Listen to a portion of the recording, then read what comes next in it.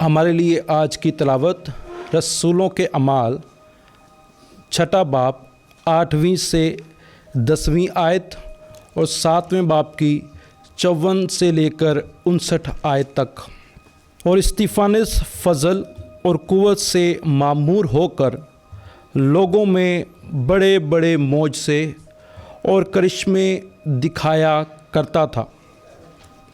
तब उस इबादत खाना से जो इहरार का कहलाता है और कैरवानियों और इस्कंदरियों और उनमें से जो कैलिकिया और आसिया से थे, बाज उठकर इस्तिफानुस से बहस करने लगे। वो ना तो उस हिकमत का और ना रूह का मुकाबला कर सके जिससे वो कलाम करता था। वो ये बातें सुनते ही अपने दिलों में जल गए और उस पर दांत पीसने लगे।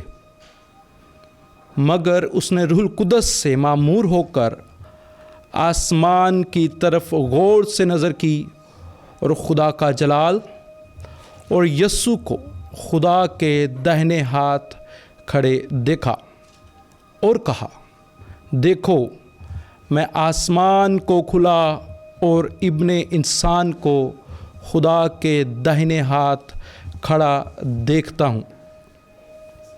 इस पर उन्होंने बड़े ज़ोर से चिल्लाकर अपने कान बंद कर लिए और एक दिल होकर उस पर लपके और शहर से बाहर निकालकर उसे संसार करने लगे। और गवाहों ने अपने कपड़े शाऊल नामी एक नौजवान के पाँव के पास रख दिए। बस जब वो इस्तिफानुस को संसार कर रहे थे तो उसने दुआ करके कहा, ऐ खुदावंद यस्सु, मेरी रूह को कबूल कर।